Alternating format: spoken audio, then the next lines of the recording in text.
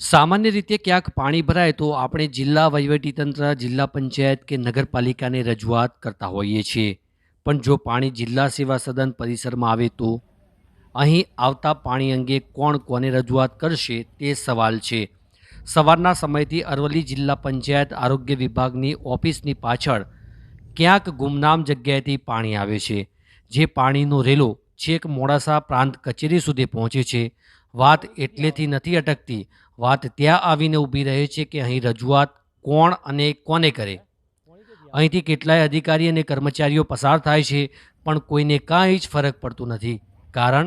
કારણ કે અધિકારીઓ અને કર્મચારી વાલસોઈ ગાડીમાંથી પસાર થાય છે, એટલે તેમને નરી આંખે નથી દેખાતું.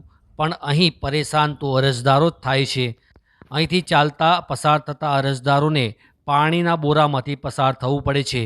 એટલું જ નહીં, અહીં કેટલીક જગ્યાએ તો લીલ જામી જતાં ચાલીને જવું હોય તો આયુષ્યમાન કાર્ડ પહેલાં કઢાવવું પડે તેવી સ્થિતિ છે. જો પડ્યા અને પગ ભાગી ગયો તો?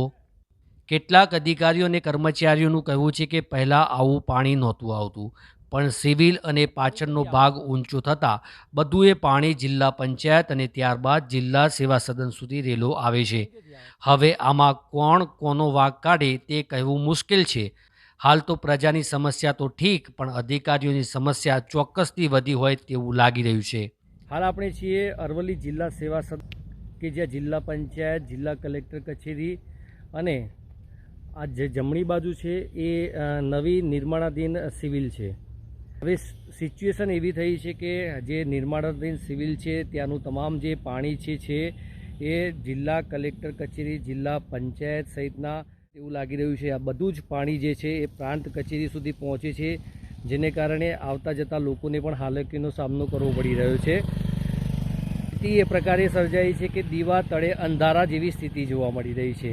બહાર તો પાણી ભરાય છે, પણ હવે તો જિલ્લા સેવા સદનમાં પણ આ જ પ્રકારની સ્થિતિનું નિર્માણ થઈ રહ્યું છે. કોઈપણ પ્રકારનું આયોજન ન હોવાને કારણે આ પ્રકારની સ્થિતિ જોવા મળી રહી છે. અંકિત ચૌહાણ, જયમીન સાથે મેરા ગુજરાત, અરવલ્લી.